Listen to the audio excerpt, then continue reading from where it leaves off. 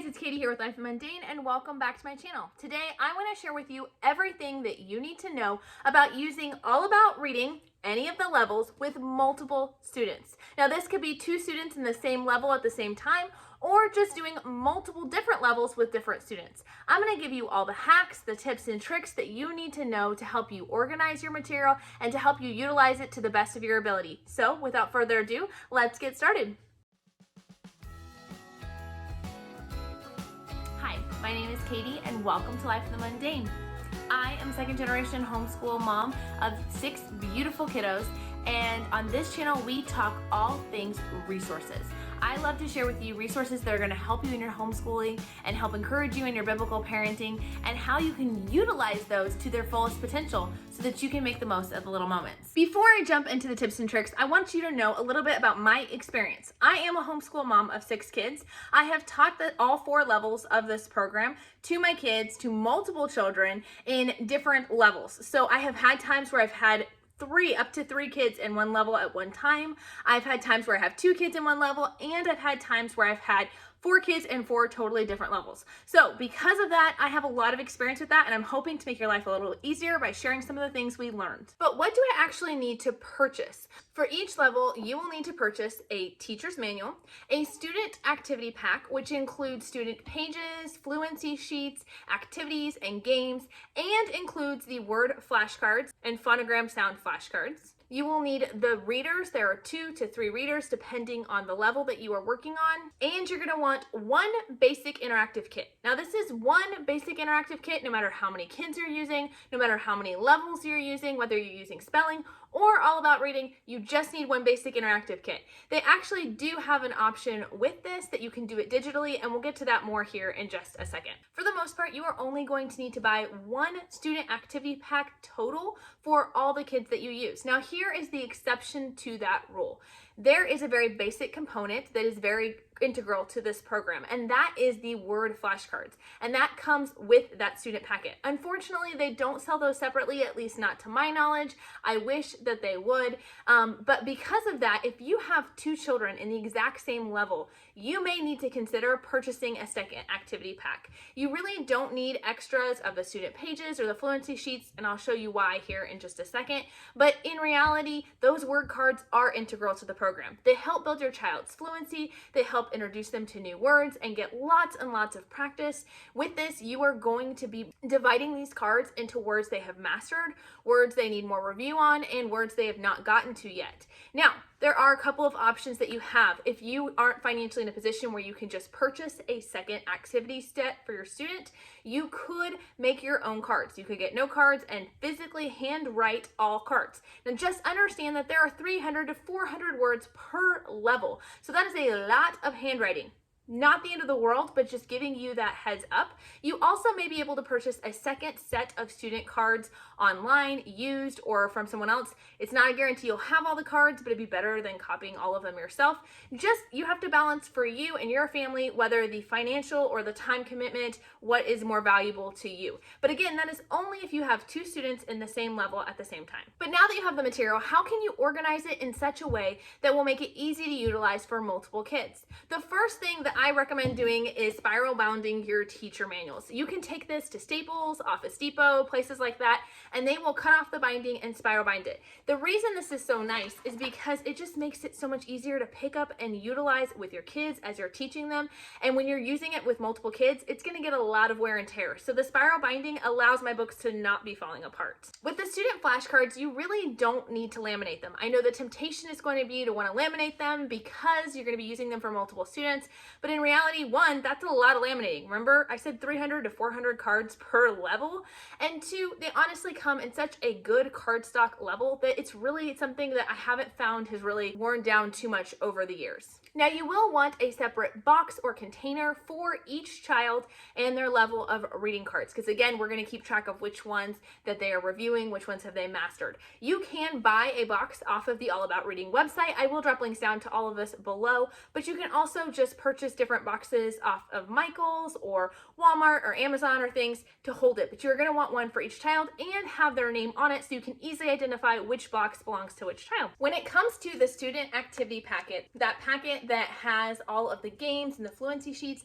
I really like to take mine apart and put it into a binder to make it easy to use for future kids. I also have the flashcards in there for each lesson, anything else they're going to need for each lesson. I have made an entire video on how I set this up step by step for you. Makes it really easy to follow. You can find that up in the iCards or down in the description below. But setting up something like this or putting it in a file folder, labeled by lesson, whatever you need to do, prepping that material ahead of time will save you a lot of time and will make it easier to pass it down from child to child. You also are going to want a progress chart, and you're going to want a certificate of achievement for each child. Now, when you purchase your program initially, it's going to come with one of each of these important pieces of paper, but if you need additional ones for future kids, you can easily go on their website, select the level that you are looking for, and then they have a place where you can go in and you can click to print additional copies of that, which makes it very easy and usable for your children.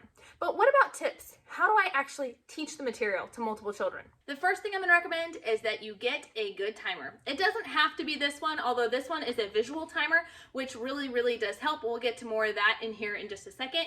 You're going to want to set a timer for 20 minutes for each of your children's lessons.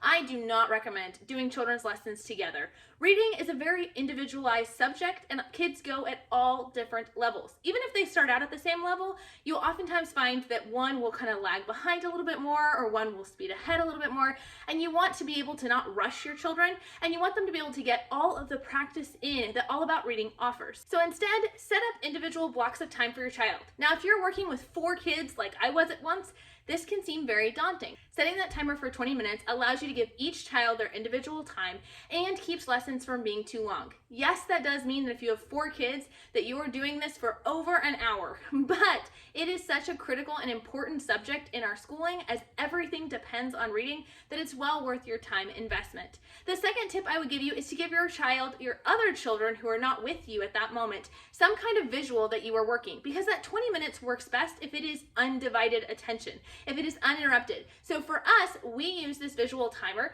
I set it for 20 minutes, and my kids can easily see, the ones doing the lesson, how much time is left, but also the other kids can see, oh, mom's working with the timer, she's working with that child, she cannot be interrupted. I will take a 5-minute break between lessons to help answer questions of other kids, to help maybe move the littles to another task, and then go back to another 20 minutes with another child.